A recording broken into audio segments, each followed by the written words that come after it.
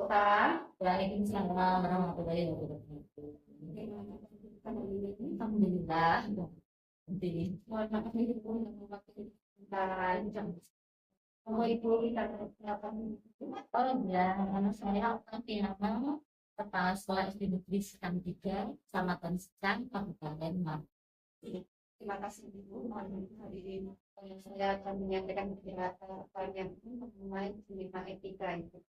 Yang pertama, selama ini bagaimana Anda mengidentifikasi kasus-kasus yang merupakan dilema etika dan moral? Oh ya, untuk kasus dilema etika dan beban moral di SD Secang 3 ini, biasanya saya mendapatkan informasi yang pertama dari guru kelas, jadi menyampaikan kesalahan, permasalahan yang ada di kelas. Dan ini misalnya saja, ada contoh itu ada murid Secang 3 ini yang setiap harinya diajak main, ya, orang tuanya. Nah, jadi kita mengidentifikasi pertama itu dari laporan guru berdasarkan kegiatan sehari-hari di sekolah.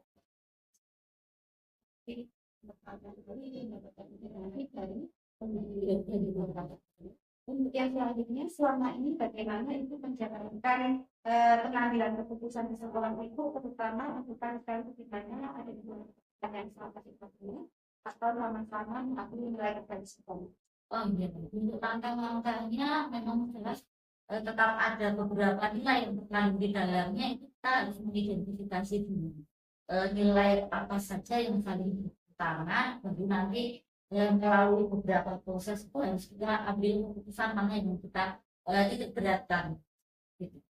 Nah, setelah nilai-nilainya sudah kita identifikasi, kita juga mengidentifikasi subjek yang terkait, karena biasanya itu seringnya tetap saya yang terkait, guru, si murid, dan juga orang tua yang bersama. Betul, firman kita tersebut ya. Kemudian selanjutnya, langkah-langkah seperti apa yang biasa dilakukan selama ini?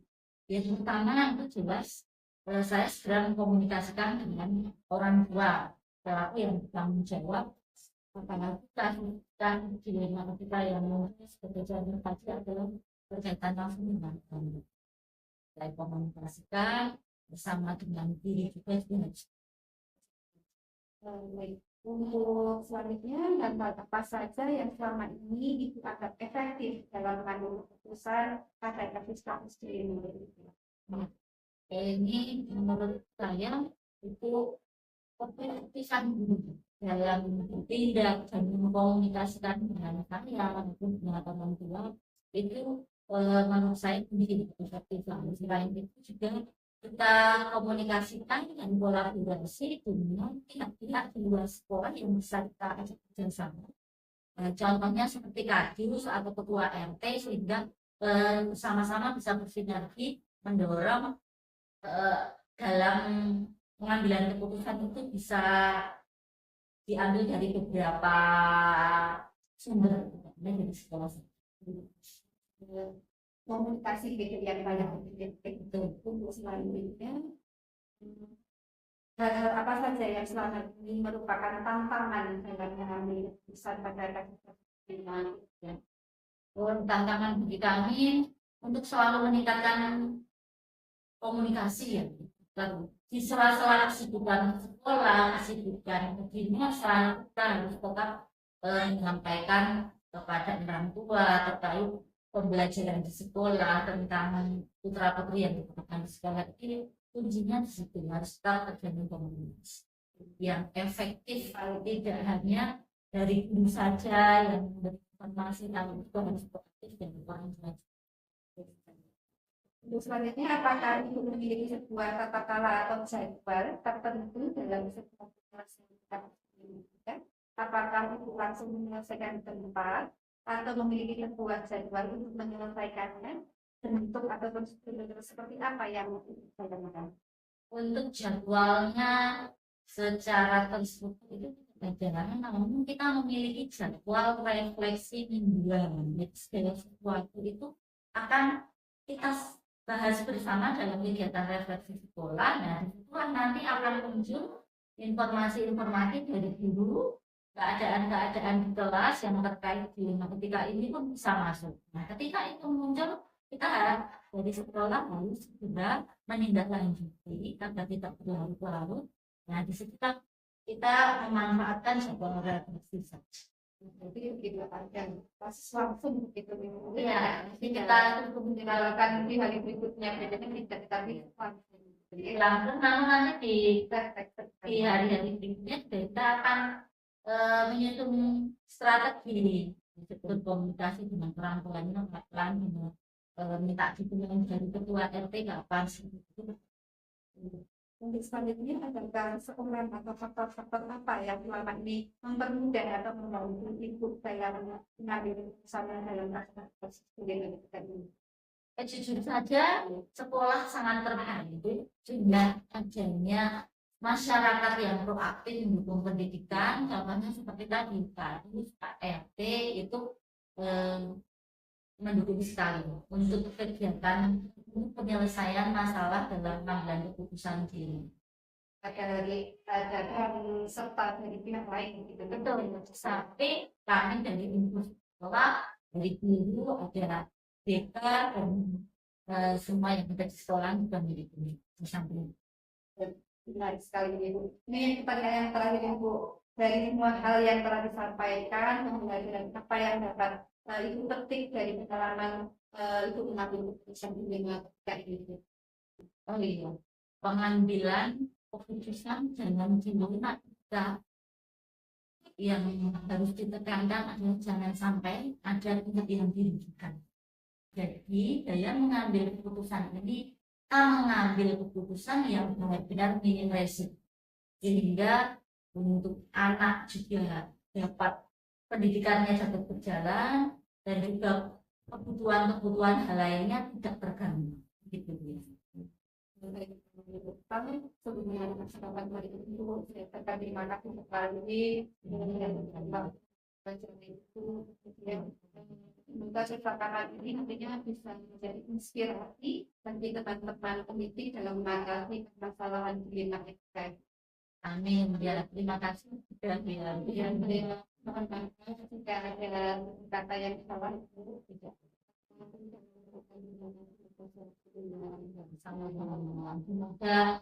untuk fasilitas Ibu Yanti dan juga mungkin kelas yang dalam sesuatu itu bisa lancar dan mendapatkan hasil sesuai harapan, utamanya anak didik kita semakin baik dan kita mampu memberikan layanan pendidikan yang berkualitas. Terima kasih sekali Bu. Assalamualaikum warahmatullahi wabarakatuh.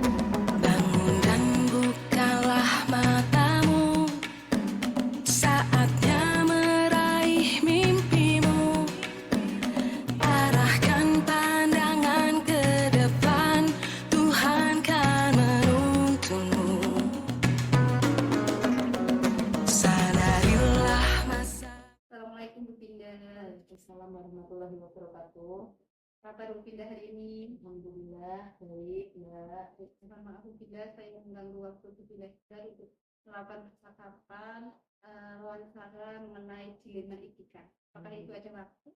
Mohon izin Ibu bisa memperkenalkan diri.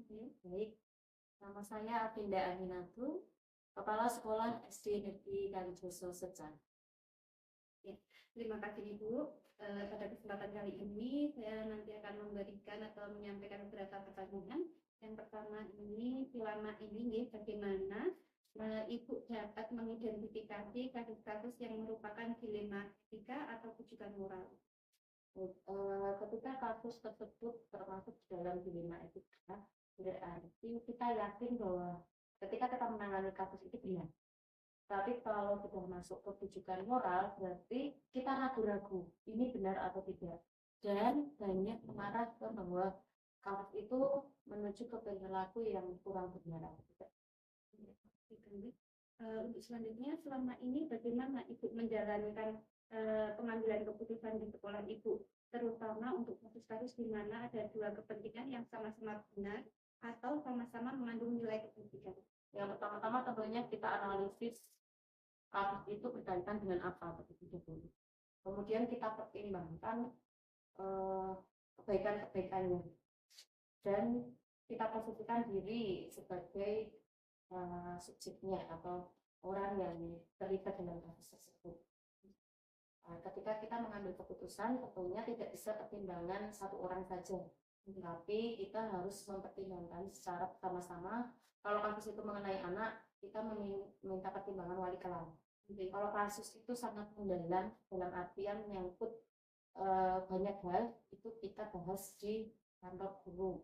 Bisa juga melibatkan orang tua dan minta pendapat si anak. Mungkin Ibu bisa memberikan salah satu contoh dilema etika yang pernah terjadi di sekolah Ibu. Ya, dilema etika yang terjadi di sekolah kami salah satunya adalah naikkan kelas.